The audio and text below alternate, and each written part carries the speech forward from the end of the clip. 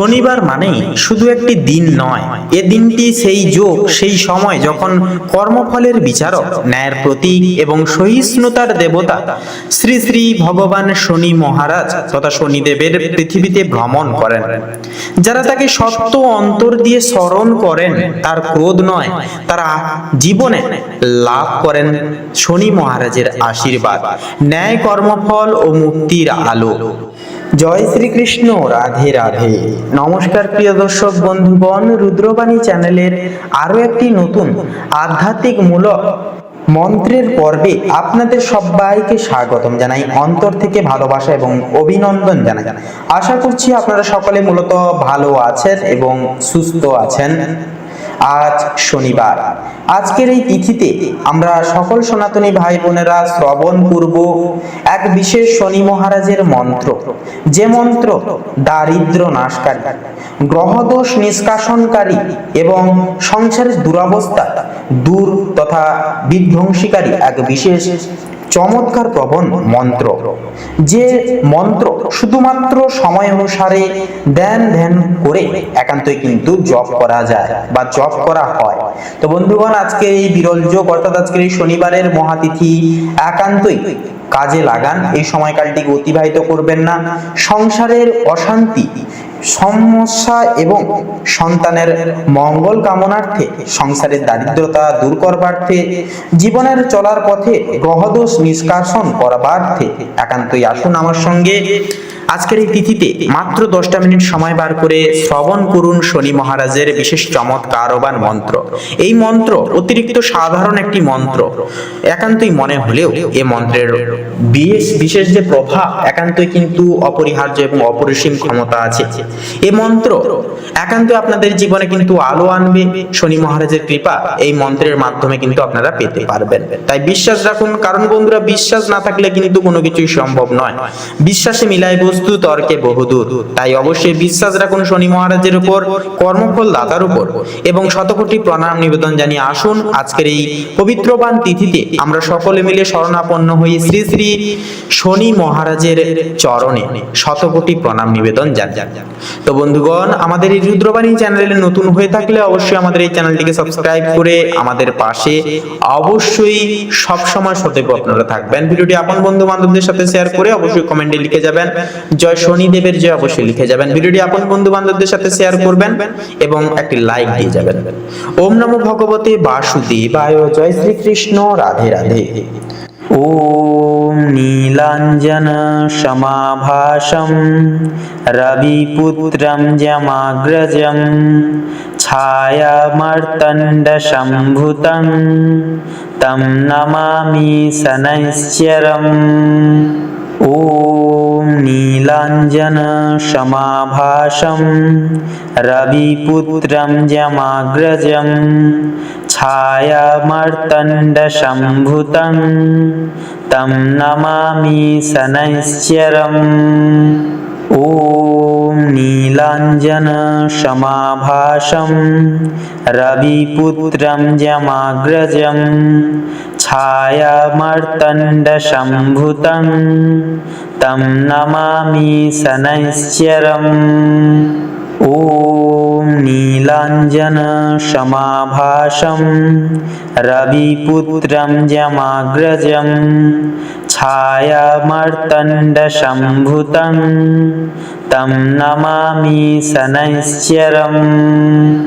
ওম নীলাঞ্জন সমাভাসম রবিপুত্রম যমাগ্রজম ছায়ামার্তণ্ড সম্ভুতং তম নমামি শনৈশ্চরম।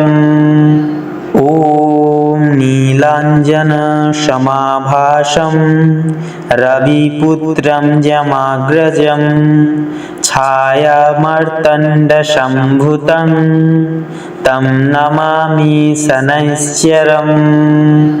ওম নীলাঞ্জন সমাভাসম রবিপুত্রম যমাগ্রজম ছায়ামার্তণ্ড সম্ভুতং তম নমামি শনৈশ্চরম।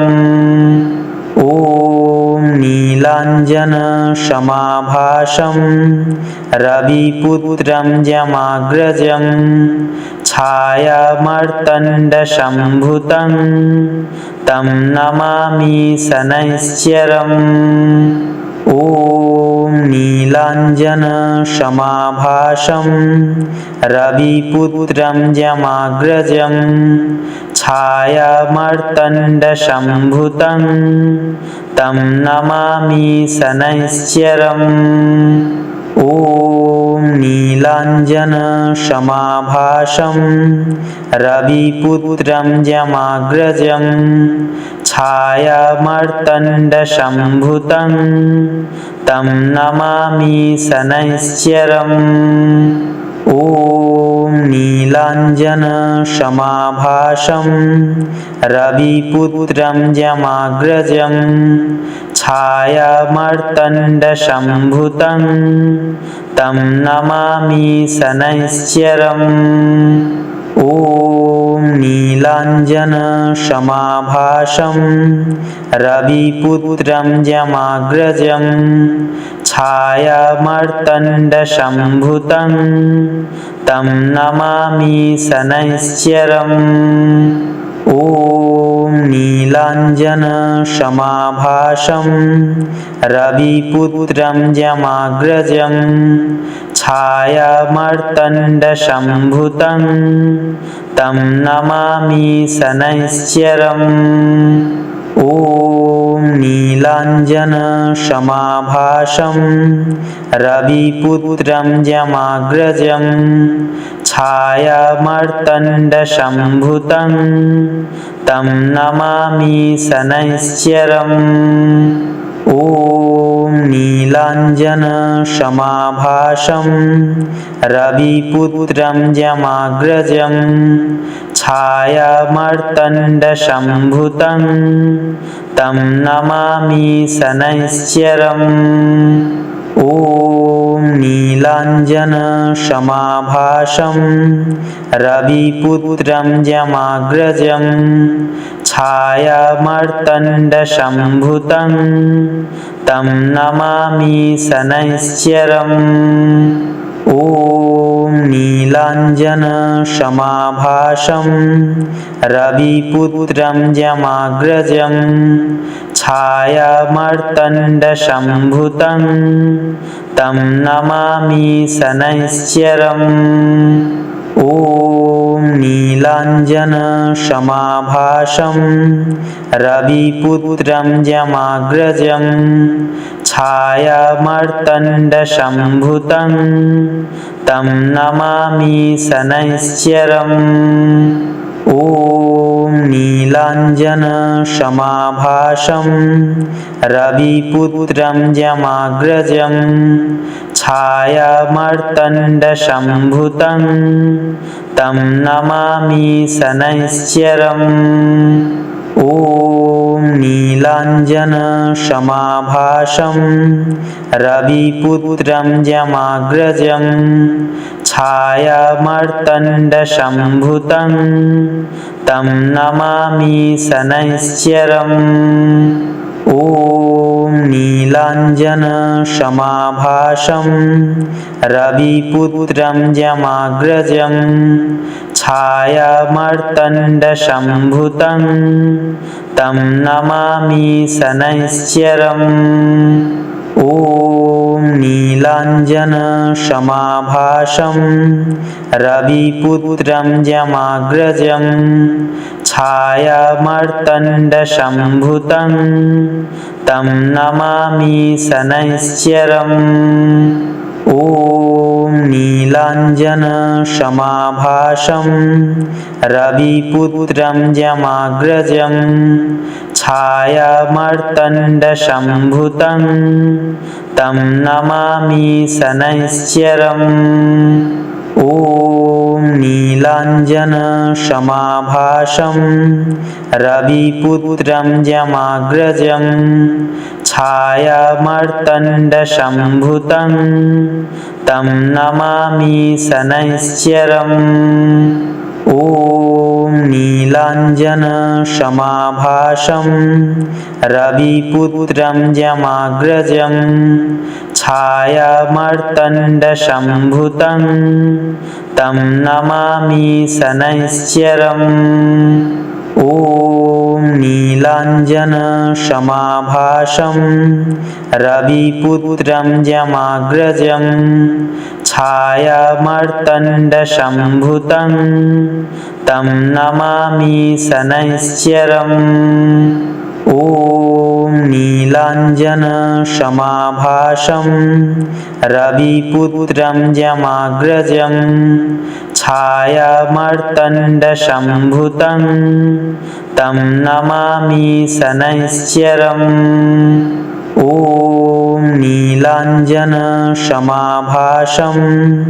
रविपुत्रं यमाग्रजं छायामार्तण्डसम्भूतं तं नमामि शनैश्चरम्।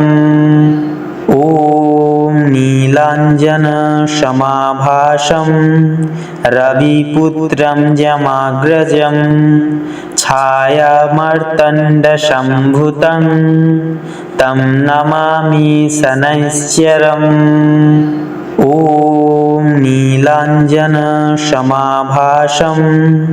रविपुत्रं यमाग्रजं छायामार्तण्डसम्भूतं तं नमामि शनैश्चरम्। ॐ नीलाञ्जनसमाभासं रविपुत्रं यमाग्रजं छायामार्तण्डसम्भूतं तं नमामि शनैश्चरम्। ॐ नीलाञ्जनसमाभासं रविपुत्रं यमाग्रजं छायामार्तण्डसम्भूतं तं नमामि शनैश्चरम्। ॐ नीलाञ्जनसमाभासं रविपुत्रं यमाग्रजं छायामार्तण्डसम्भूतं तं नमामि शनैश्चरम्। ॐ नीलाञ्जनसमाभासं रविपुत्रं यमाग्रजं छायामार्तण्डसम्भूतं तं नमामि शनैश्चरम्। ॐ नीलाञ्जनसमाभासं रविपुत्रं यमाग्रजं छायामार्तण्डसम्भूतं तं नमामि शनैश्चरम्। ॐ नीलाञ्जनसमाभासं रविपुत्रं यमाग्रजं छायामार्तण्डसम्भूतं तं नमामि शनैश्चरम्। ॐ नीलाञ्जनसमाभासं रविपुत्रं यमाग्रजं छायामार्तण्डसम्भूतं तं नमामि शनैश्चरम्। ॐ नीलाञ्जनसमाभासं रविपुत्रं यमाग्रजं छायामार्तण्डसम्भूतं तं नमामि शनैश्चरम्। ॐ नीलाञ्जनसमाभासं रविपुत्रं यमाग्रजं छायामार्तण्डसम्भूतं तं नमामि शनैश्चरम्। ॐ नीलाञ्जनसमाभासं रविपुत्रं यमाग्रजं छायामार्तण्डसम्भूतं तं नमामि शनैश्चरम्। ॐ नीलाञ्जनसमाभासं रविपुत्रं यमाग्रजं छायामार्तण्डसम्भूतं तं नमामि शनैश्चरम्। ॐ नीलाञ्जनसमाभासं रविपुत्रं यमाग्रजं छायामार्तण्डसम्भूतं तं नमामि शनैश्चरम्। ॐ नीलाञ्जनसमाभासं रविपुत्रं यमाग्रजं छायामार्तण्डसम्भूतं तं नमामि शनैश्चरम्। ॐ नीलाञ्जनसमाभासं रविपुत्रं यमाग्रजं छायामार्तण्डसम्भूतं तं नमामि शनैश्चरम्। ॐ नीलाञ्जनसमाभासं रविपुत्रं यमाग्रजं छायामार्तण्डसम्भूतं तं नमामि शनैश्चरम्। ॐ नीलाञ्जनसमाभासं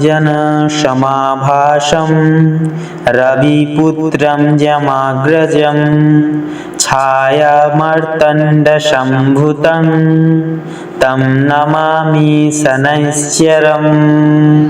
ॐ नीलाञ्जनसमाभासं रविपुत्रं यमाग्रजं छायामार्तण्डसम्भूतं तं नमामि शनैश्चरम्। ॐ नीलाञ्जनसमाभासं रविपुत्रं यमाग्रजं छायामार्तण्डसम्भूतं तं नमामि शनैश्चरम्। ॐ नीलाञ्जनसमाभासं रविपुत्रं यमाग्रजं छायामार्तण्डसम्भूतं तं नमामि शनैश्चरम्। ॐ नीलाञ्जनसमाभासं रविपुत्रं यमाग्रजं छायामार्तण्डसम्भूतं तं नमामि शनैश्चरम्। ॐ नीलाञ्जनसमाभासं रविपुत्रं यमाग्रजं छायामार्तण्डसम्भूतं तं नमामि शनैश्चरम्। ॐ नीलाञ्जनसमाभासं रविपुत्रं यमाग्रजं छायामार्तण्डसम्भूतं तं नमामि शनैश्चरम्। ॐ नीलाञ्जनसमाभासं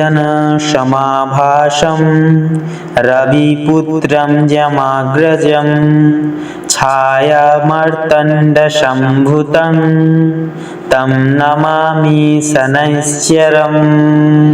ॐ नीलाञ्जनसमाभासं रविपुत्रं यमाग्रजं छायामार्तण्डसम्भूतं तं नमामि शनैश्चरम्।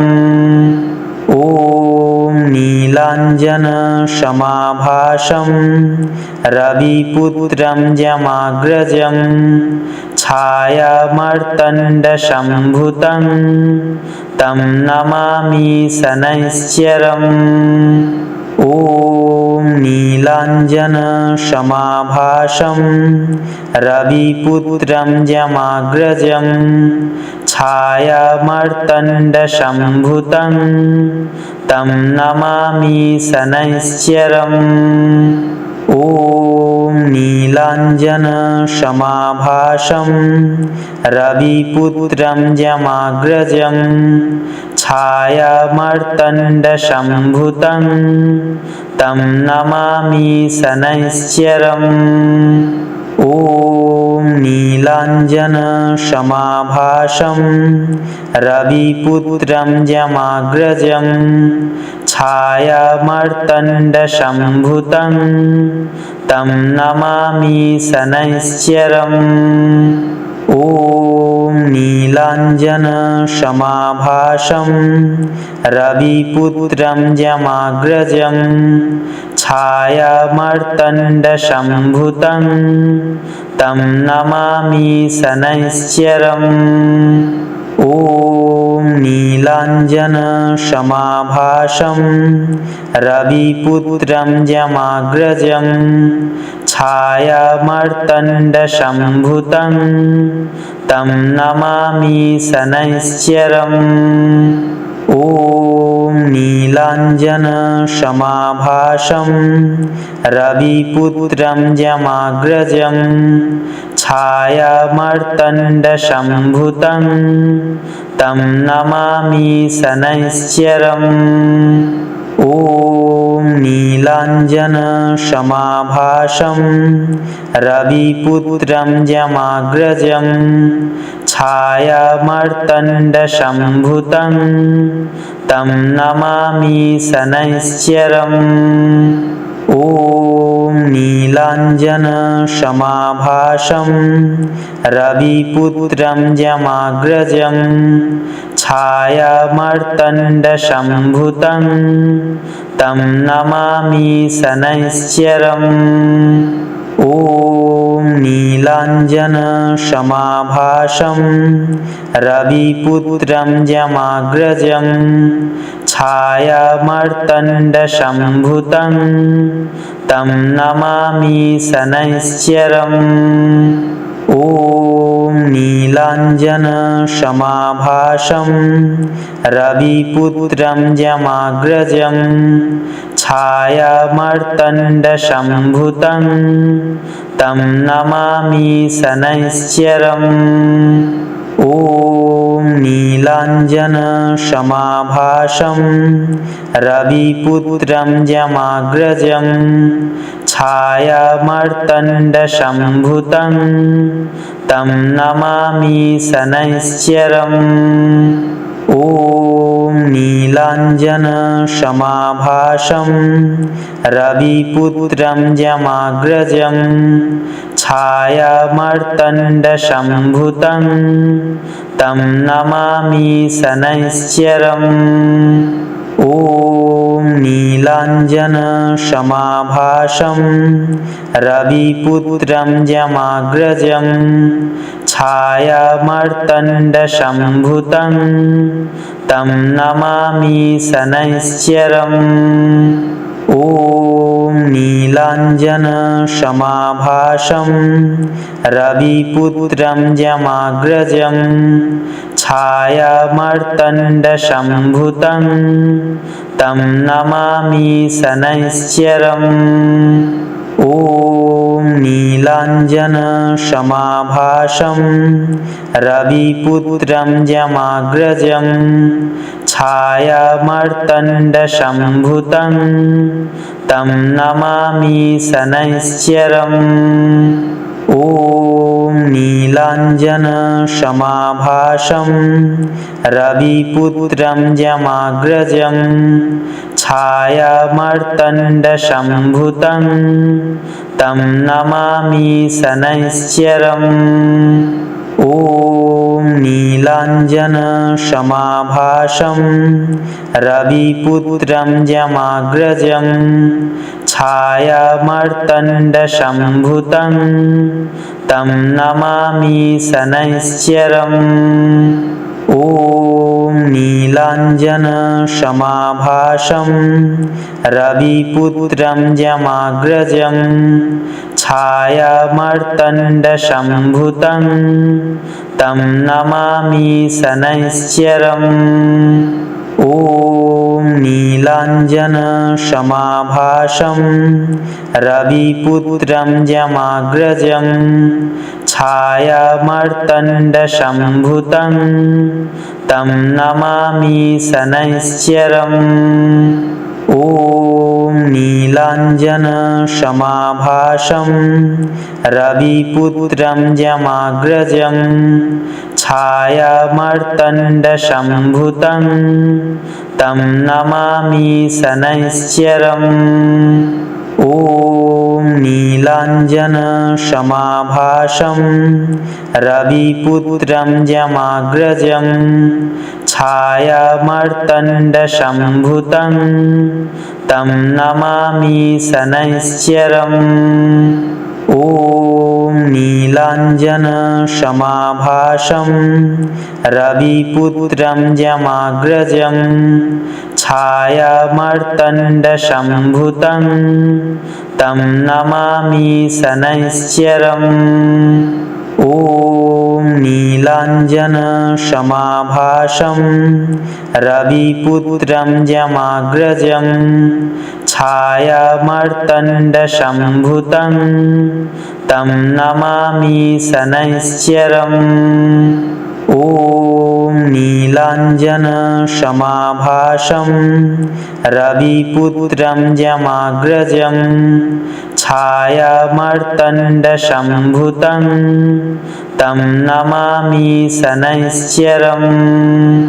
ॐ नीलाञ्जनसमाभासं